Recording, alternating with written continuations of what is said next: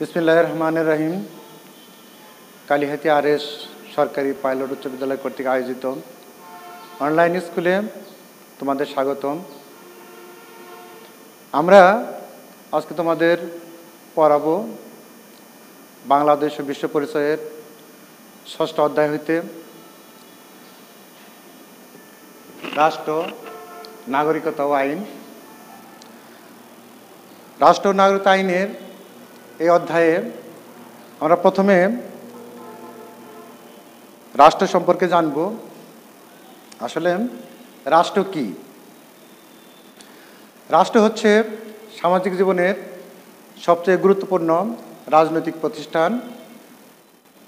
সমাজে বসবাসরত সকল মানুষকে একটি ঐক্যসূত্রে বাঁধা এবং তাদের কল্যাণ ও সমস্যা সমাধানের জন্যই রাষ্ট্রের আবির্ভাব ঘটে।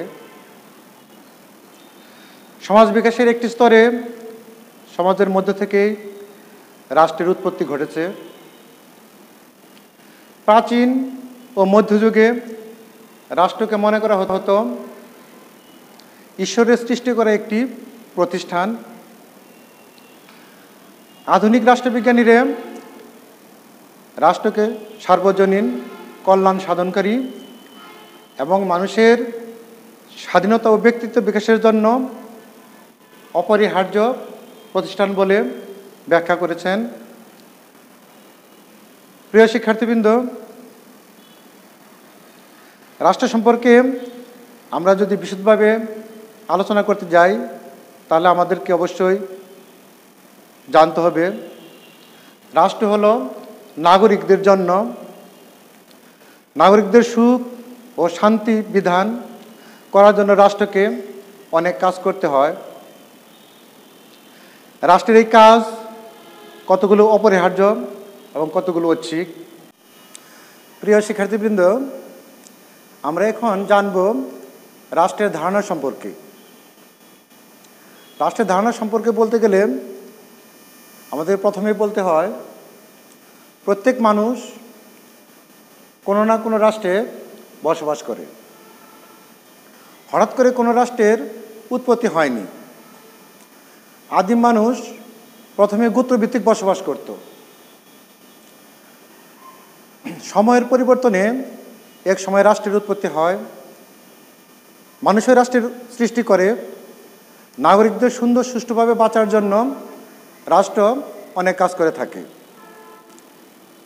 রাষ্ট্রবিজ্ঞানী ও রাজনৈতিক তত্ত্ববিদরা রাষ্ট্রকে বিভিন্নভাবে সংজ্ঞায়িত করেছেন। প্রিয় শিক্ষার্থীবৃন্দ, আমরা দার্শনিক এরিস্টটলের নাম আমরা অবশ্যই শুনেছি। এরিস্টটল বলেছেন স্বয়ং সম্পূর্ণ জীবনের জন্য কতিপয় পরিবার ও গ্রামের সমন্বয়ে গঠিত সংগঠনই রাষ্ট্র।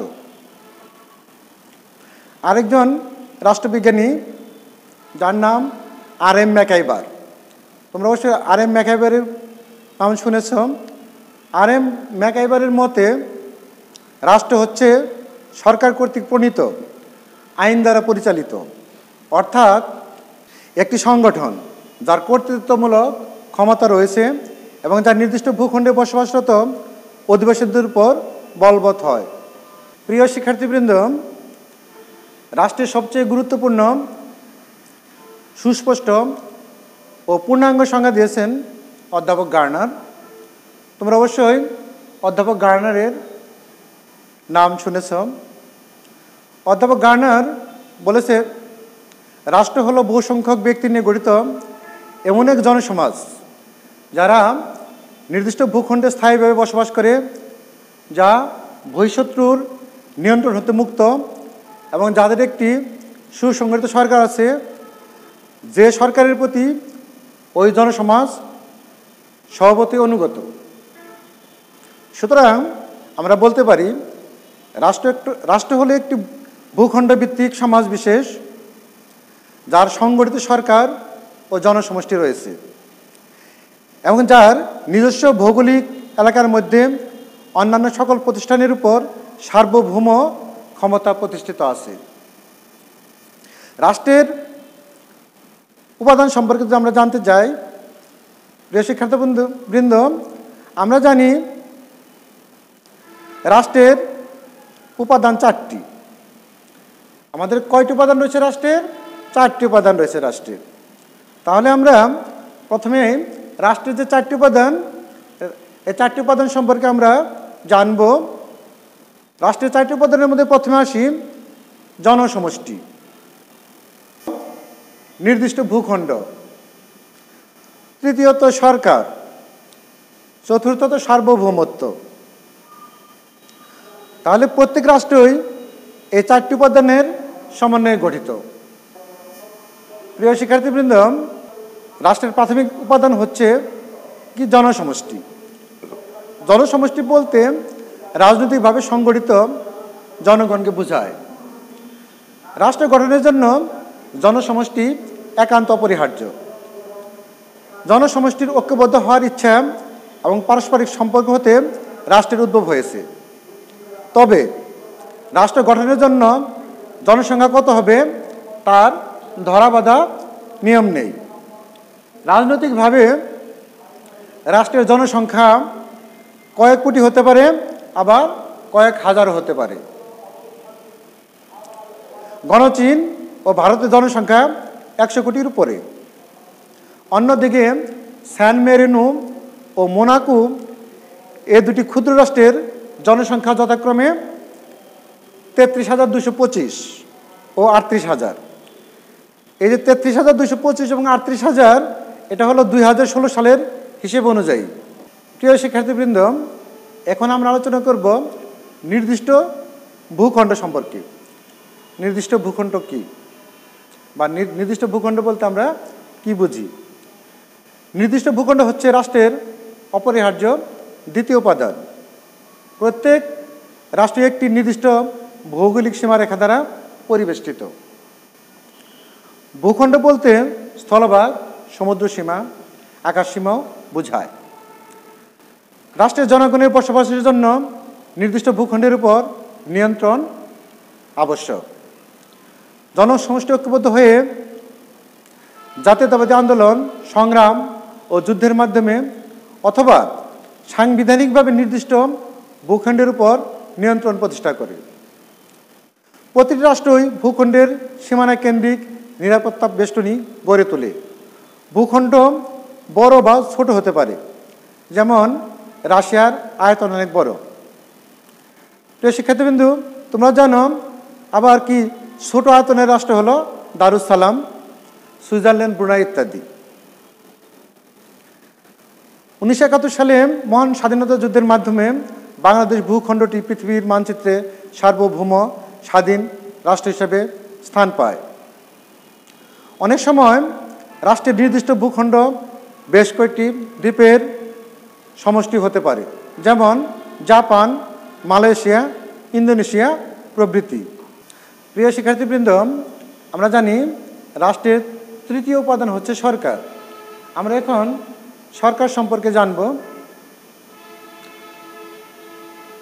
রাষ্ট্রের যে অপরিহার্য যে তৃতীয় উপাদানটি সরকার, সরকার গঠনের মাধ্যমে নির্দিষ্ট ভূখণ্ডের উপর কর্তৃত্ব প্রতিষ্ঠিত হয়। এর মাধ্যমে রাষ্ট্র গঠন আংশিকভাবে সম্পন্ন হয়। রাষ্ট্র পরিচালনার জন্য কি সরকার 3টি বিভাগ থাকে। এই 3টি বিভাগ কি? এই 3টি বিভাগ অবশ্যই আমরা জানি। সরকারের আইন বিভাগ, শাসন বিভাগ এবং বিচার বিভাগ। এই 3 বিভাগের সমন্বয়ে সরকার গঠিত হয়। গণতান্ত্রিক ব্যবস্থায় সাধারণত নির্বাচনের মাধ্যমে জনগণ তাদের সরকার গঠন করে। সরকার পদ্ধতি বিভিন্ন রাষ্ট্রে বিভিন্ন হতে পারে।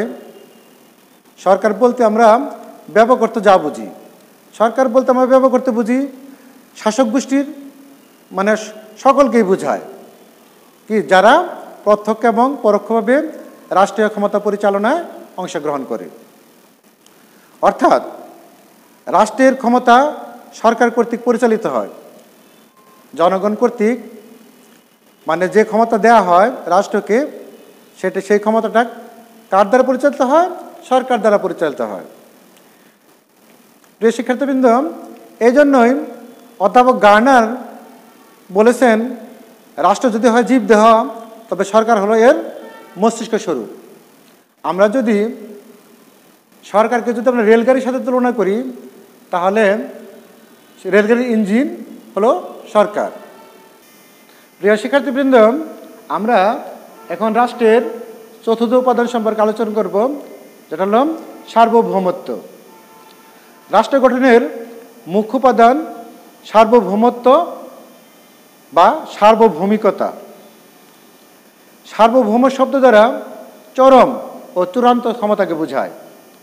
সার্বভৌমত্ব প্রতিষ্ঠার মাধ্যমে রাষ্ট্রের গঠন পূর্ণতা পায়। এই ক্ষমতা রাষ্ট্রকে অন্যান্য সংস্থা থেকে পৃথক করে।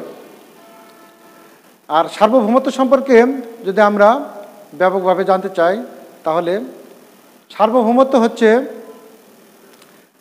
রাষ্ট্রের ওই বৈশিষ্ট্য যার ফলে নিজের ইচ্ছা ছাড়া অন্য কোনো প্রকার ইচ্ছার দ্বারা রাষ্ট্র আইন সংহিতাতে আবদ্ধ নয়। প্রত্যেক সমাজ ব্যবস্থায় চূড়ান্ত ক্ষমতা কার্যকর করার জন্য একটিমাত্র কেন্দ্রীয় কর্তৃপক্ষ থাকবে, আর এই ক্ষমতাই হল সার্বভৌম ক্ষমতা। প্রিয় শিক্ষার্থীবৃন্দ, আমরা জানি সার্বভৌমের আদর্শই হল আইন। সার্বভৌমের আদর্শ বা আইন মানতে সকলেই আমরা বাধ্য। সার্বভৌম ক্ষমতার অভ্যন্তরীণ ও বাহ্যিক দুটি দিক রয়েছে। অভ্যন্তরীণ ক্ষমতা প্রয়োগের মধ্য দিয়ে রাষ্ট্রের মধ্যকার সকল ব্যক্তি ও প্রতিষ্ঠানের উপর রাষ্ট্রের কর্তৃত্ব প্রতিষ্ঠা পায়। আর এই সার্বভৌম ক্ষমতার ঊর্ধ্বে কোনো কর্তৃপক্ষ নেই। বাহ্যিক সার্বভৌমত্বের অর্থ হল রাষ্ট্র আন্তর্জাতিক ক্ষেত্রে বহিঃশত্রু নিয়ন্ত্রণ ও হস্তক্ষেপ থেকে মুক্ত থাকবে। কেবল জনসমষ্টি নির্দিষ্ট ভূখণ্ড সরকার থাকা সত্ত্বেও একটি দেশের সার্বভৌমত্ব ক্ষমতা না থাকলে তা রাষ্ট্র হিসেবে বিবেচিত হতে পারে না। যতদিন রাষ্ট্রের স্থায়িত্ব বিদ্যমান থাকে, ততদিন সার্বভৌমত্বের স্থায়িত্ব থাকবে। সরকার পরিবর্তন সার্বভৌমত্বের স্থায়িত্বকে নষ্ট করে না। অর্থাৎ বিভিন্ন সময়ে আমরা জানি একটা সরকার গঠিত হয় 5 বছর মেয়াদি, কিন্তু পরবর্তীতে সরকার যদি পরিবর্তন হয়, তার জন্য সরকার পরিবর্তনের জন্য এই সার্বভৌমত্বের উপর কোনো প্রভাব পড়ে না বা এর কোনো স্থায়িত্ব নষ্ট হয় না। প্রিয় শিক্ষার্থীবৃন্দ, আমরা পরিশেষে আমরা এই সিদ্ধান্ত উপনীত হতে পারি যে জনসমষ্টি নির্দিষ্ট ভূখণ্ড সরকার ও সার্বভৌমত্ব এই 4টি উপাদান নিয়েই রাষ্ট্র গঠিত হয়। এর যে কোনো একটি উপাদান যদি না থাকে, তাহলে রাষ্ট্র গঠিত হতে পারে না। তাহলে আমরা আজকে কি জানলাম? আমরা আজকে জানলাম যে রাষ্ট্র কি এবং রাষ্ট্রের ধারণা সম্পর্কে আমরা অবগত হলাম, যে রাষ্ট্রের যে 4টি উপাদান, এই 4টি উপাদান সম্পর্কে আমরা অবহিত হলাম। প্রিয় শিক্ষার্থীবৃন্দ, আশা করি তোমরা এই বিশ্ব মহামারীতে বাড়িতে অবস্থান করবে, নিরাপদে থাকবে, ভালো থাকবে। আজকে এই অনলাইন ক্লাসে তোমাদের সকলকে ধন্যবাদ জানিয়ে আমি আমার বক্তব্য এখানে শেষ করছি। আসসালামু আলাইকুম।